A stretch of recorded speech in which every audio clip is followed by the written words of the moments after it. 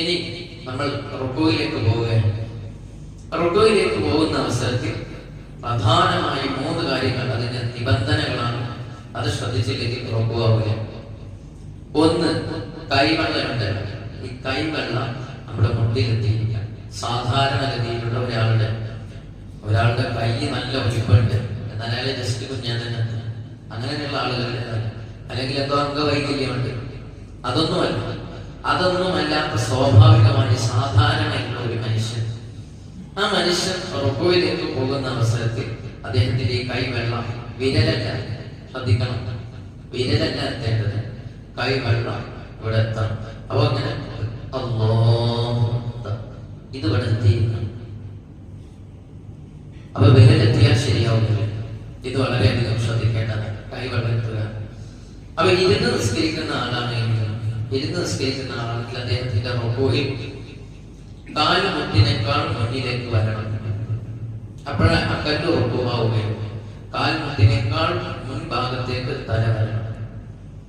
അത് സുജൂദിന്റെ സ്ഥാനത്തേക്ക് വരുമ്പോഴേ പൂർണ്ണമാവുകയും, അപ്പോഴാണ് പൂർണ്ണമായ റുക്കൂ അദ്ദേഹത്തിന് ആവുക.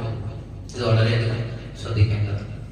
2 റുക്കൂയിലുള്ള നിബന്ധനകളാണ് പറയുന്നത്. രണ്ടാമത്തെ നിബന്ധന, കുനിയുന്ന അവസരത്തിൽ അത് റുക്കൂഇനാണ് എന്ന ലക്ഷ്യത്തോടു കൂടെ ആയിരിക്കണം, മറ്റൊരു ലക്ഷ്യം ഉണ്ടാവാൻ പാടില്ല.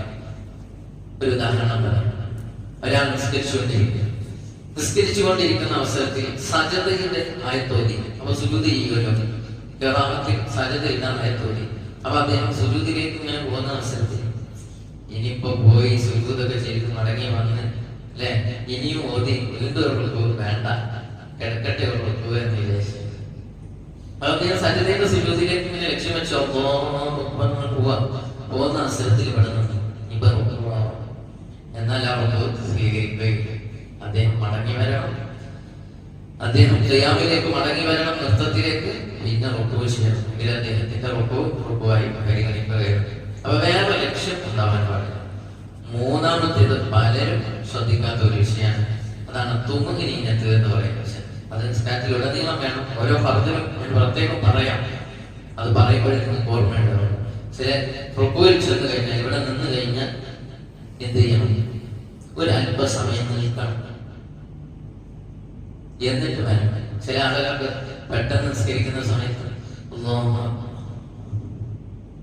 റുക്കൂആയിട്ടില്ല, അടങ്ങി താമസിച്ചിട്ടില്ല, റുക്കൂഅല്ല,